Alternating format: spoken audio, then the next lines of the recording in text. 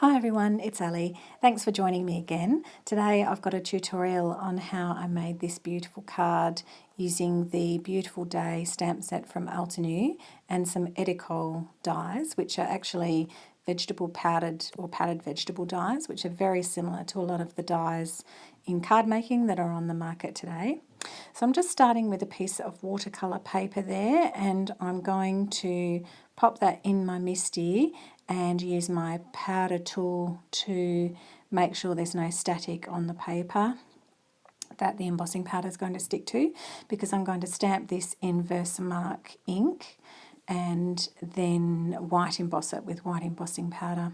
And I just wanted to get 2 flowers and 2 leaves on this piece of paper, so I'm just positioning that so that I can get 2 of each.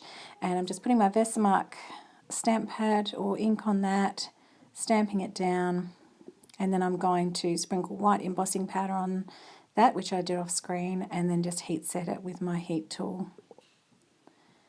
And once that's done, I then turn the paper up the other way and just do the same on the other end of that paper. So now I'm going to cut that out. I'm just cutting the flowers away from the leaves, because obviously I want to have them different colours. And I'm going to grab a piece of scrap paper, and I've also got some gloves on because the Edicol dyes that I use can really stain your hands, so just to prevent any staining of my hands, I've just got some normal gloves on.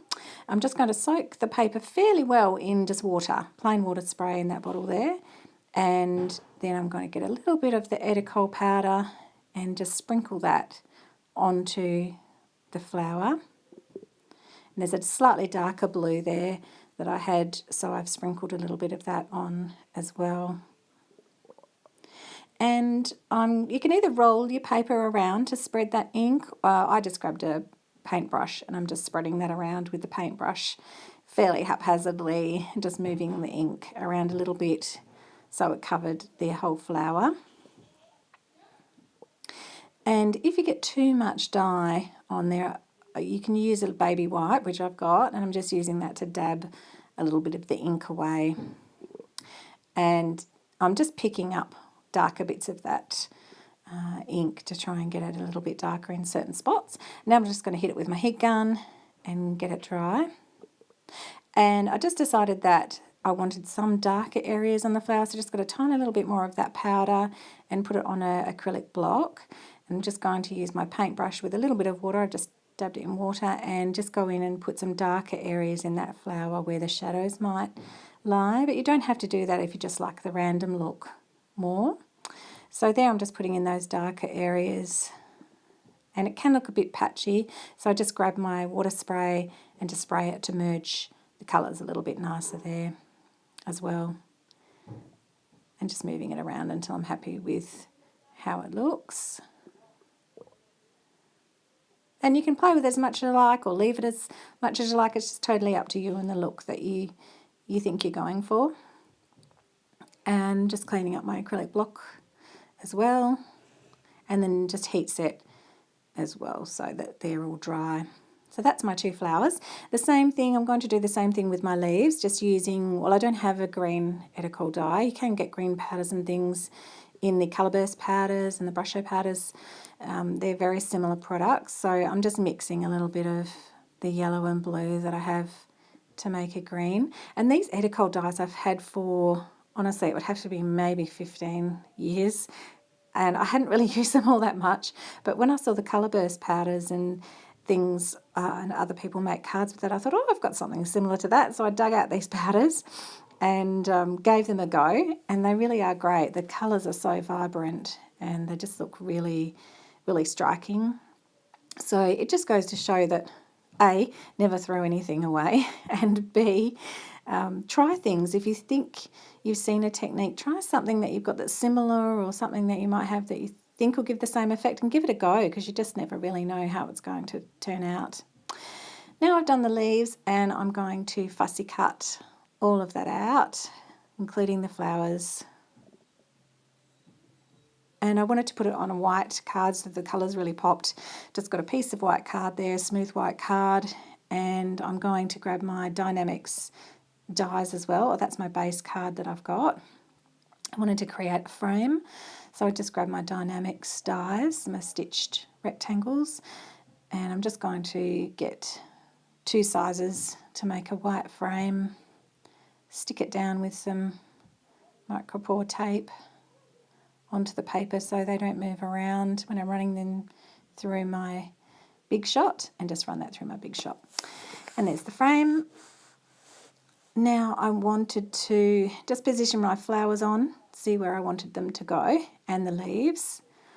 And I just thought I needed a third little piece of the leaves, and so I've just snipped a couple of them off because I don't need all of them showing. I just need little bits showing out behind the flowers, and just snipped one and put it where I needed it to go. Now I've got some Glad Press and Seal, which took me a while to actually source, but I'll put a link down below the video where you might be able to source it. I think now you can get it in Australia. It's fairly widely available in the US, I believe.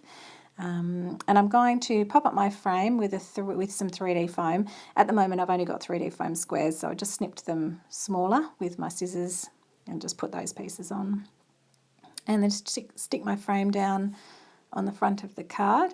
I actually dropped it on. Luckily it was straight because I couldn't get it stuck quite fast, and I couldn't get it off once it had stuck. And then just positioning my flowers on there. And I'm going to use my multimedia matte glue and some 3D foam behind the flowers so that the flowers actually sit up a little bit higher than the leaves.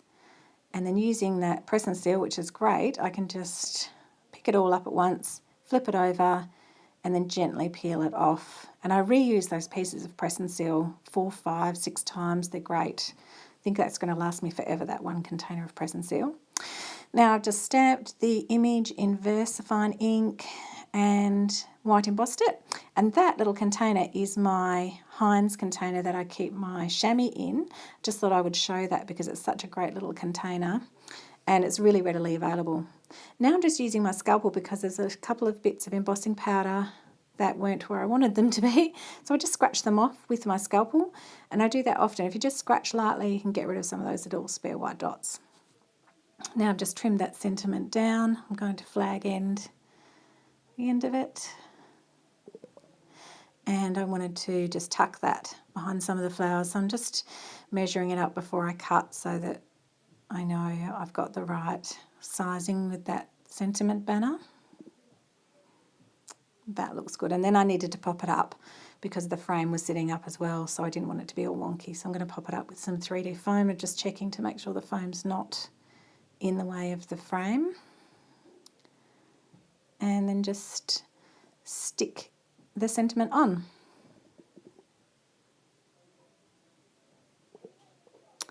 And it just needed a little bit of finishing off in those white spaces there. So I grabbed some of my Pretty Pink Posh droplets, and I've got two different sizes as well, and I'm just going to place those on the front of the card. I find they just really finish off the card, especially with flower cards, but also with lots of other cards.